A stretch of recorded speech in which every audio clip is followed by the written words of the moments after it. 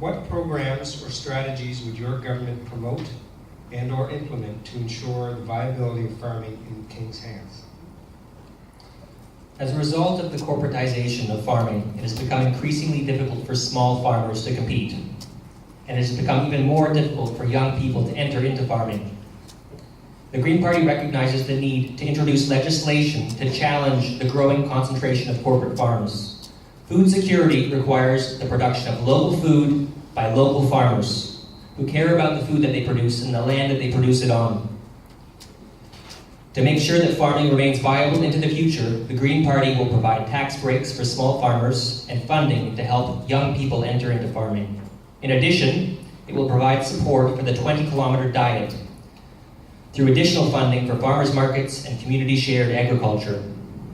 And finally, to ensure the health of our farmland, the Green Party will provide incentives to help farmers adopt low-input organic farming methods and work toward making organic farming the dominant agricultural model.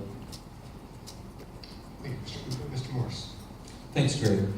Canada is one of the few countries that's a net exporter of food, both farming and fishing. And with the announcement yesterday of the TPP, the stock markets reacted by shooting up in those areas that involve exporting those commodities. This was really important. Canada is a trading nation. Our standard of living is dependent on having access to those markets. So this was a critical decision yesterday taken by the government.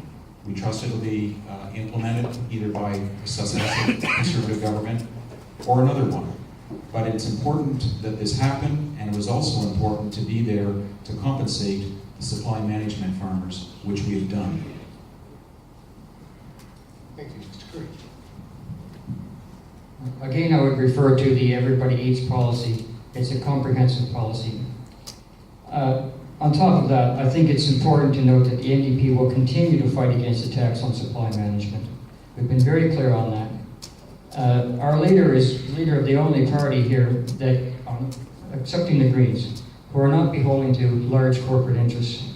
So we all know that we're in a situation here in an election where this is a caretaker government. They really haven't got the right to ratify any international trade deals. That has to come later.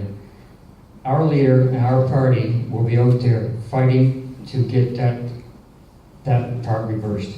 We won't ratify if we're the government without some adjustments on supply management. We simply can't.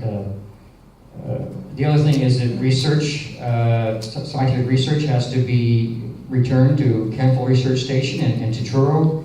We need that funding restored, and we need to allow scientists to actually report back to the industry. Thank you. Thank you. Mr. Bryson. Well, I've been in contact with dairy farmers in this riding and across Canada on an ongoing basis. And there's a lot of worry among dairy farmers about some of the smaller family-owned dairy farms and the impact of any dilution of supply management on those operations.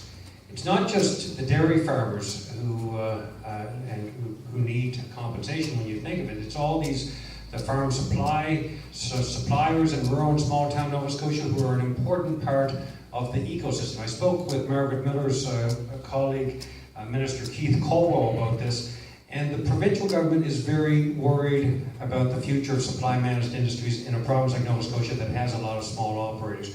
Beyond that, we need to take a look at some of the new opportunities in agriculture. Local agriculture is part of it.